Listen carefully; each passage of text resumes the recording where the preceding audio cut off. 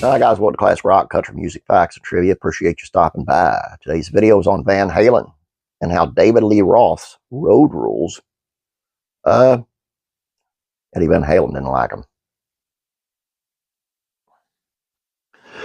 No matter what your rock and roll fantasies might have you believe, life on the road is far from being a glamorous affair, even for global successful rock stars like Van Halen. From their formation in 1973, the band quickly rose to the top of the American rock scene, establishing Eddie Van Halen among the greatest guitarists of all time in the process. They had it all.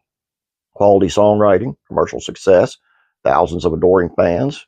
Do not be fooled, though. Life in Van Halen was far from being a harmonious affair.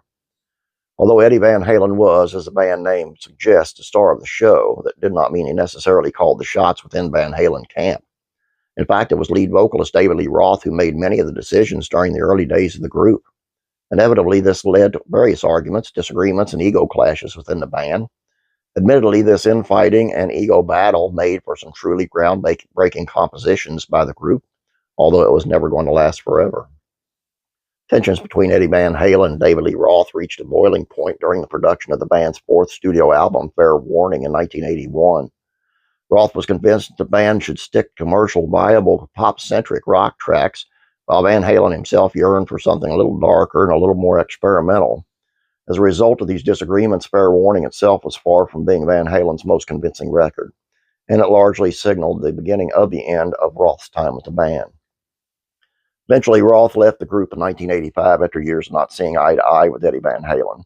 Although he would reunite with the band on a number of occasions throughout the decades, the conflict and anger of that Fair Warning period never particularly left the mind of Eddie Van Halen. In fact, the period proved detrimental to Van Halen's physical health, with the guitarist once recalling, "I started getting a peptic ulcer, man." Speaking to Steve Rosen in the book Tone Chaser, Van Halen thought back to a difficult period within the band.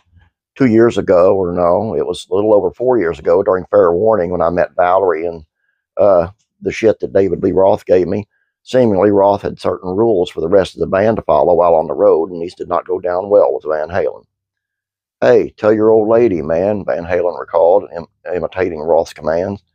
"Don't say this and don't say that. No wives on the bus. I put up with all that. I can't believe I did."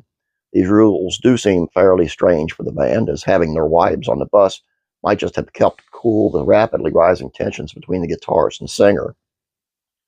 Upon finding out about the authoritarian stance taken by Roth and the various rules he sought to implement, it is not all that surprising that they parted ways in '85.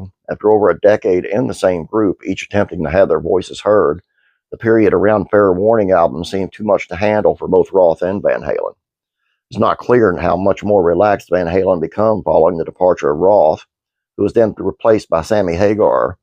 However, the divide that the Hagar period caused between fans of the group seemed to suggest that the conflict between Van Halen and Roth did, for whatever reason, lead to a better quality of songwriting.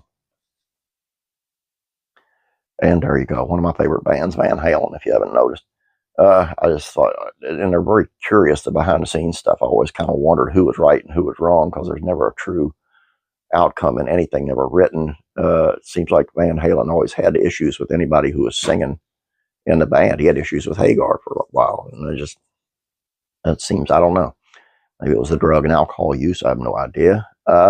Maybe it was just ego-driven, like I said. That's all I got for you guys. I hope you enjoyed this. Please don't forget to subscribe. Please like this video. You guys have a great day, and God bless you, and I'm praying for you.